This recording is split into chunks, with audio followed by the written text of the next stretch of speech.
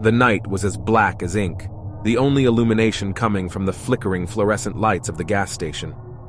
I pulled my car to a halt, the engine idling quietly as I glanced around, feeling a growing unease settle in the pit of my stomach.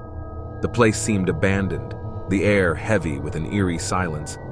Against my better judgment, I stepped out of the car and looked around, shivering despite the warmth of my jacket. The gas station sign creaked in the wind, casting long, distorted shadows that danced along the cracked pavement. My footsteps echoed as I approached the fuel pumps. The hum of the overhead lights seemed to echo the thumping of my heart, each beat more anxious than the last. I pulled out my phone and tried to call for help, but the signal was non-existent, leaving me feeling even more isolated. As I scanned the area, I noticed the gas station store was slightly ajar. Swallowing my fear, I pushed the door open, the rusty bell above it jingling in protest. The interior was dimly lit, and the shelves were lined with dusty, expired products. An unsettling feeling settled over me, the sense that something was watching me from the dark corners of the room. "Hello?" I called out tentatively, my voice barely more than a whisper. There was no response, only the distant howl of the wind. I took a few cautious steps forward, my eyes darting around as I tried to shake off the building sense of dread. Suddenly, a scraping noise echoed from behind the counter. My heart raced as I spun around, my eyes widening in horror. A figure emerged from the shadows, its features obscured by the dim light. My breath caught in my throat as I struggled to make out any details. It was tall and hunched, with long, gnarled fingers that gripped the edge of the counter. "Can I help you?" I stammered, my voice quivering. The figure didn't respond, its gaze fixed on me, unsettling and unblinking. Panic surged through me, and I stumbled backward, my mind racing with thoughts of escape. Without warning, the figure lunged towards me, its movements unnatural and jerky. I let out a scream, stumbling backwards and crashing into a shelf, sending expired cans of food clattering to the ground. I turned and bolted for the exit, my heart pounding in my chest. The figure pursued me, its footsteps echoing loudly in the cramped space. I burst out of the gas station, my breath coming in ragged gasps.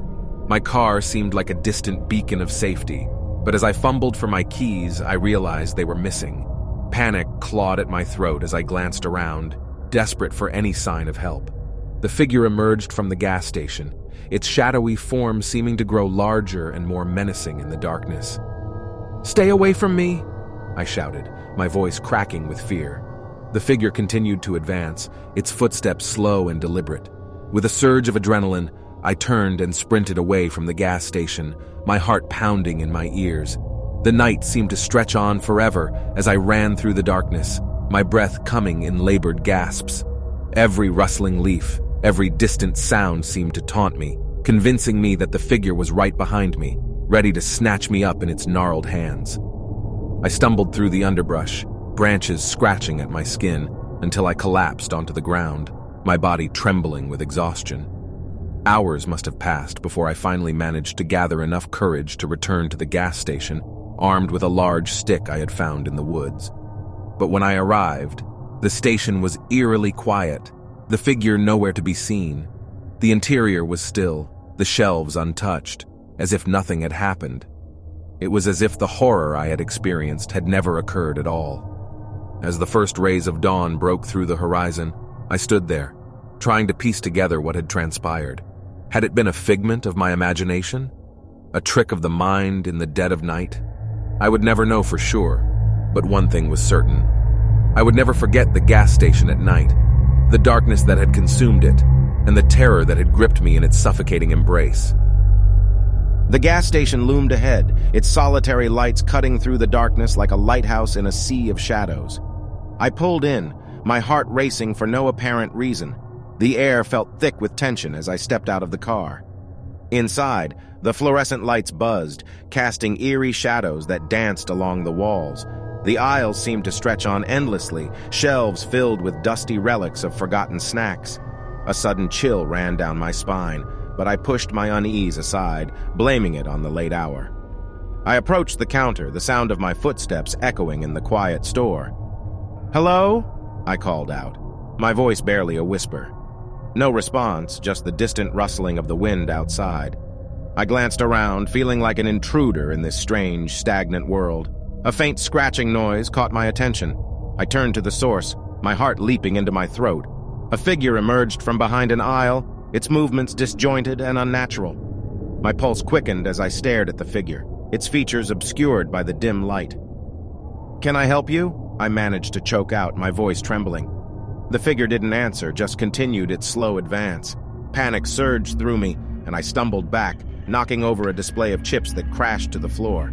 I turned and fled, the echo of footsteps behind me driving me to run faster.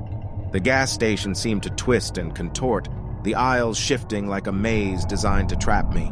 The walls closed in, the air grew suffocating, and I felt a rising dread that this place was alive, malevolent.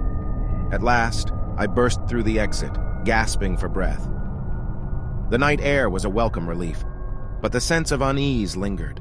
I glanced back at the gas station, half expecting to see the figure looming in the doorway. But the store stood empty, lights flickering as if mocking my fear. As I drove away, my heart still raced, and I couldn't shake the feeling that I had narrowly escaped something far more sinister than I could comprehend. The gas station had been a nightmare, a trap, a place where reality twisted into a grotesque parody.